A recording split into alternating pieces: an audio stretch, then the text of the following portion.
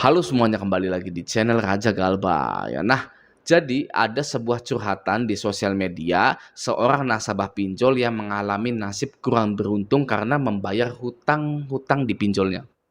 Gitu ya, heran ya, bayar hutang tapi malah zonk. Nah, itu sifat pinjol itu seperti itu. Oke, lanjut ya. Jadi dia ini terjerat hutang pinjol di puluhan aplikasi seperti Shopee, Kredivo, Akulaku, Isicash, Uangmi dan lain-lain gitu ya.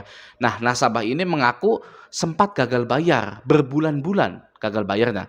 Namun, karena pendiriannya kurang kokoh, akhirnya dia memutuskan untuk membayar salah satu pinjol yang dia anggap sangat besar dan berbahaya sekali pinjol ini gitu ya. Mungkin menurut dia definisi pinjol yang besar dan berbahaya itu yang ada DC lapangannya gitu ya. Padahal tidak ada pinjol yang berbahaya ya, apalagi dia ini sudah galbay berbulan-bulan, harusnya sudah bisa melihat gambaran besarnya bahwa galbay itu tidak masalah sama sekali. Ya, mungkin juga belum nonton channel Raja Galbay mungkin. Oke, nah lanjut ya.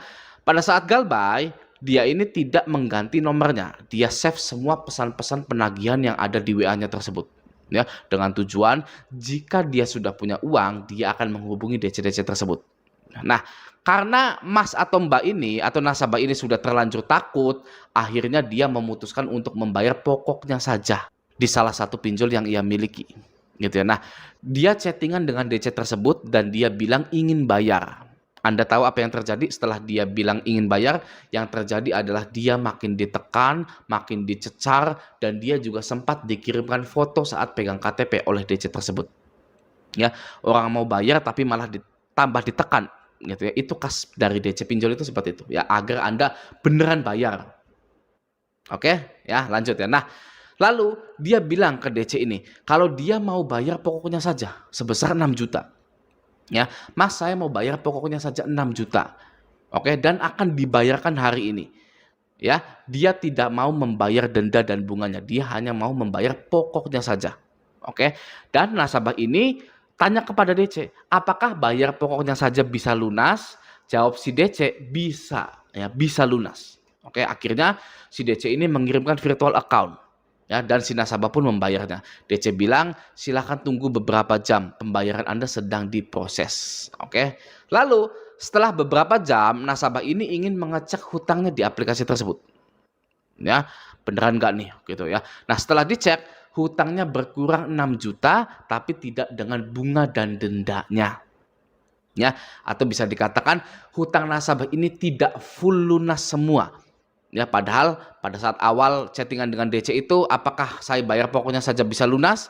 Ya, DC ini bilang bisa. Tapi setelah dicek, hutangnya hanya berkurang 6 juta, tidak dengan bunga dan dendanya. Ya, bunga dan dendanya juga masih ada dan terus berjalan. Ya. Nah, si nasabah ini dengan kebingungannya dan sedikit marah, dia ngechat DC lagi, menanyakan kenapa hutang saya tidak nol, tapi masih ada bunga dan dendanya. Nah, si DC dengan enteng menjawab, "Loh, yang bilang lunas semua siapa? Saya bilang iya, hutang pokoknya bisa lunas. Ya, saya tidak bilang lunas semuanya. Ya, jadi denda dan bunganya tetap tidak lunas. Kalau mau dilunaskan semua, silahkan bayar kembali." Gitu. Ya, itu ya. Nah, kalau sudah seperti itu, ya, mau marah-marah juga percuma. Ya, karena Anda telah dikerjai DC dengan bahasa-bahasa yang menjebak dan menipu. Gitu. Ya, seharusnya kalau Anda mau bayar pokoknya saja, tunggu sampai DC ini mengirimkan WA yang berisi diskon potongan denda 100%. Gitu ya. Atau bayar pokoknya saja. Itu Anda baru bisa. Ya, dan juga jangan minta sendiri. Kalau minta sendiri itu nggak akan bisa.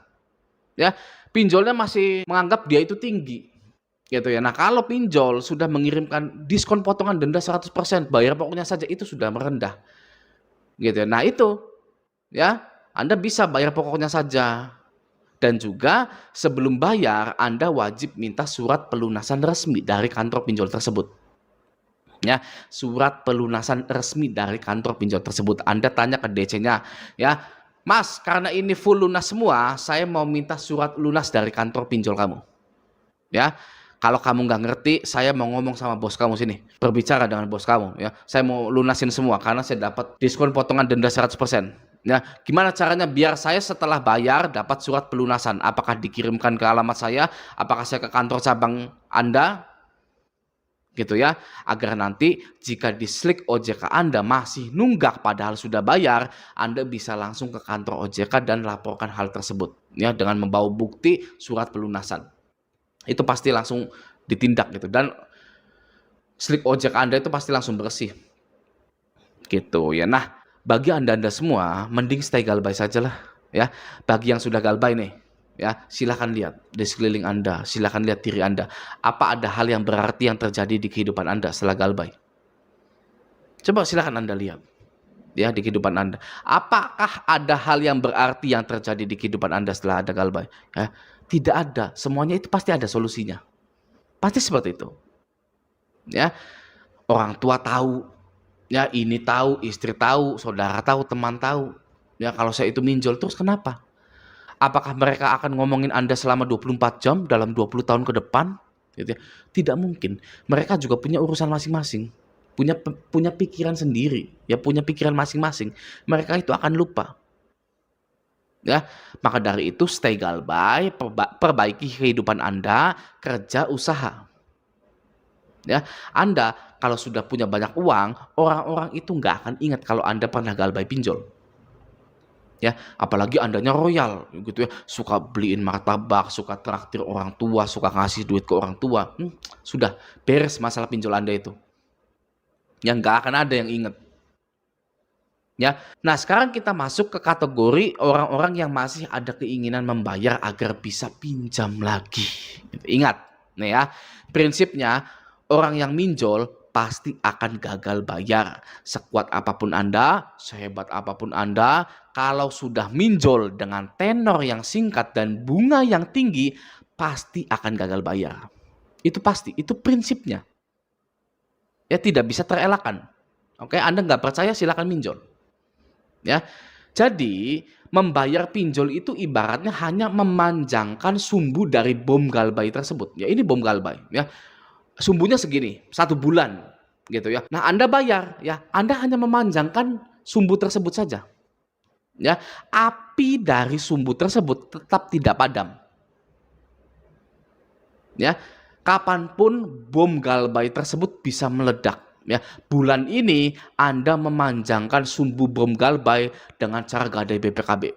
Ya, bulan depannya dipanjangkan sumbunya dengan cara gadai sertifikat pinjam ke KUR. Ya, lalu jual tanah, jual motor, jual mobil bulan-bulan depannya.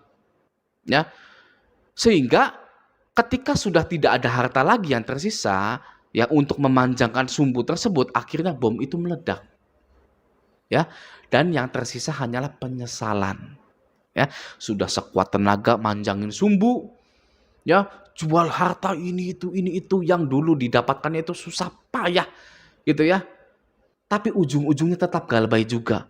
Ya, kenapa nggak galbay dari kemarin-kemarin aja? Harta masih bisa terselamatkan.